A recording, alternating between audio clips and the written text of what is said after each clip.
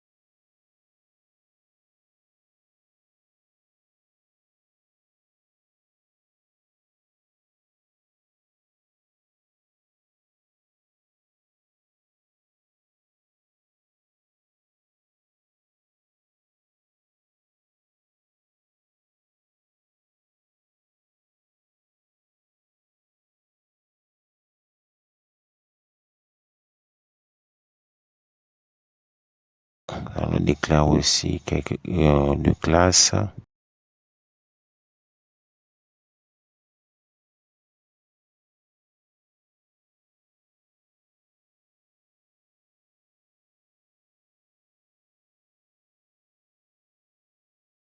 Il y a des mots-clés use qui est là.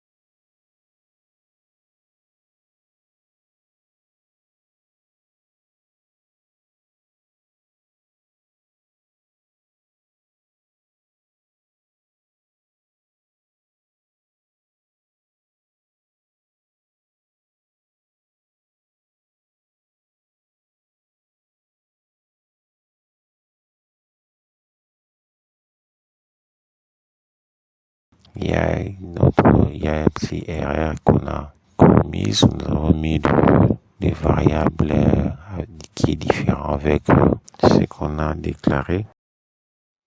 J'espère que c'est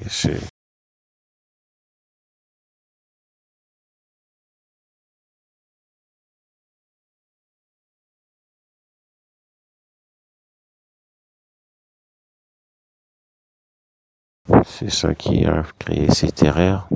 Continuons toujours à arranger notre code avec ces petites erreurs.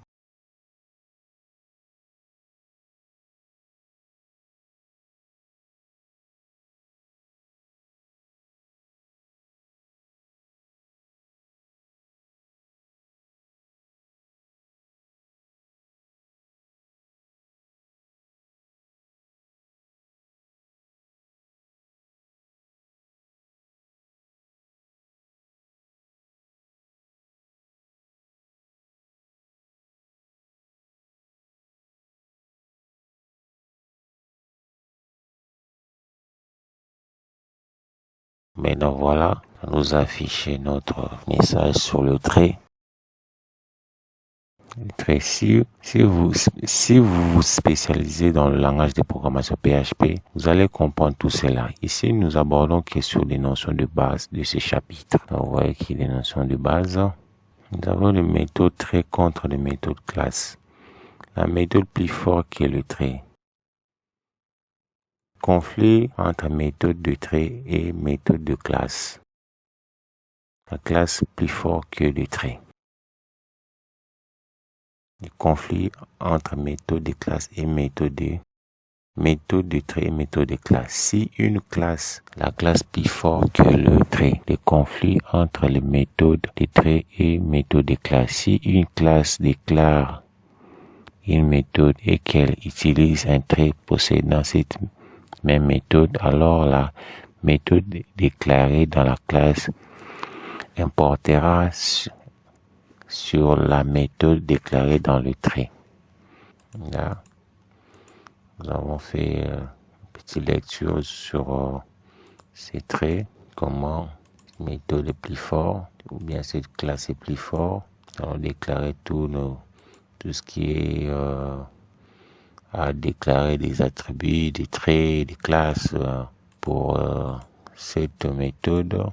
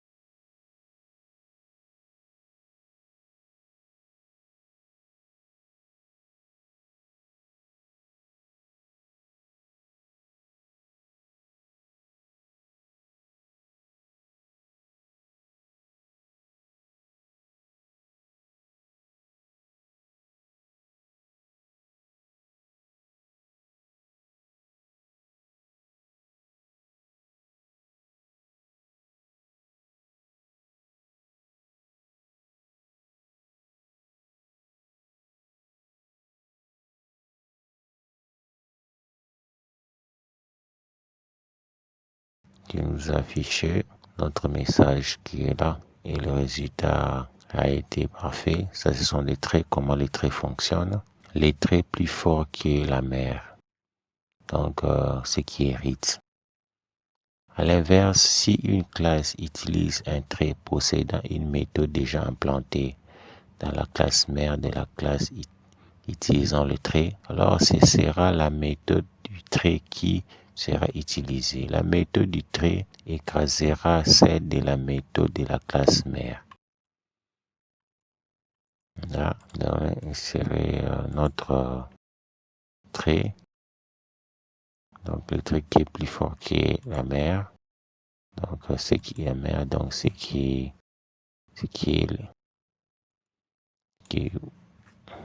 possède, donc c'est le trait qui doit hériter. Quand nous allons déclarer notre trait, nous allons déclarer nos classes, la classe mère, la classe base, déclarer notre fonction et insérer nos instructions pour afficher notre texte et la classe fille qui hérite de la classe mère.